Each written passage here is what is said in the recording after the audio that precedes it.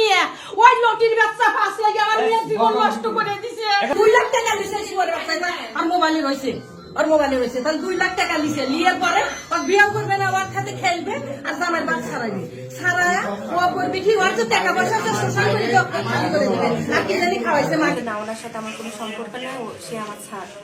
কিন্তু সে বারবারই বলছে যে না তার সাথে সম্পর্ক আছে তো এই বলে তাকে রাস্তায় আমি স্কুলে আমার সাথে তার দেখাই হয়নি তোকে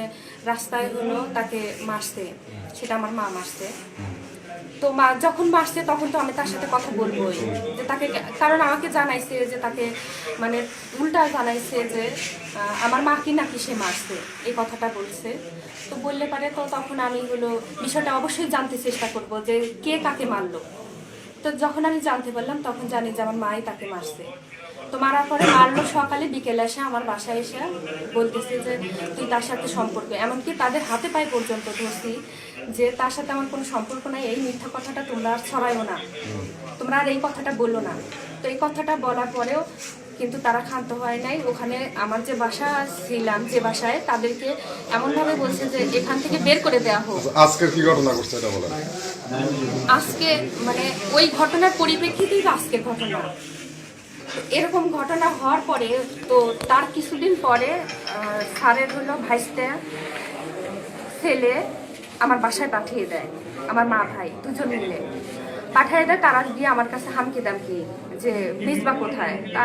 আমি অবাক হয়ে গেছি কি ব্যাপার স্যার তো আমার বাসায় নাই কিন্তু স্বয়ং আমার হাজব্যান্ড বাসায় ছিল সেদিন তা আমি বলতেছি যে স্যার কোথায় আমি তো তা বলতে পারবো না তো বলতেছে সে মিসিং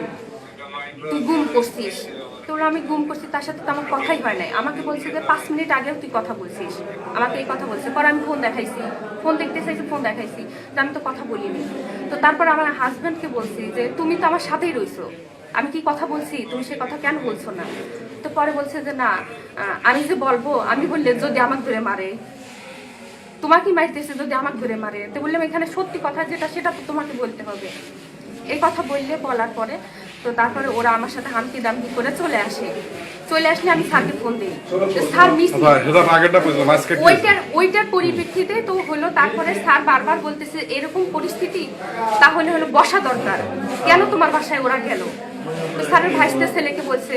তো বললে পারে সেটা হলো তারা কোনোভাবেই সমঝোতায় আসতেছে না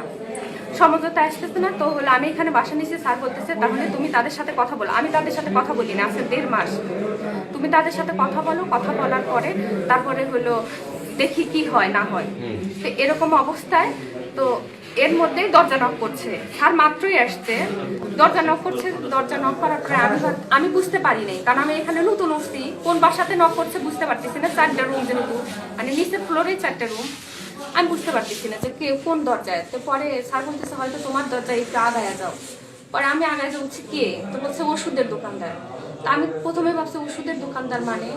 মানে ওষুধের দোকানদারের সাথে তো আমার কোনো পরিচয় নাই তারপরে আমি দরজাটা খুলে সব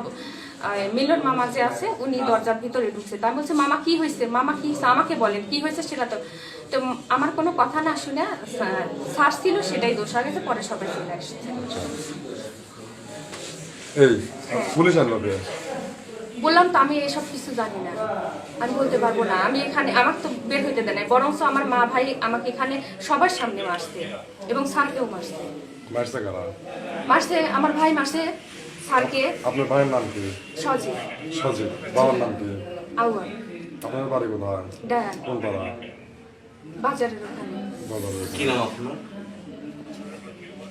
নাম কি পুলিশ কি আনছে আপনি জানেন না আমি এটা বলতে পারবো না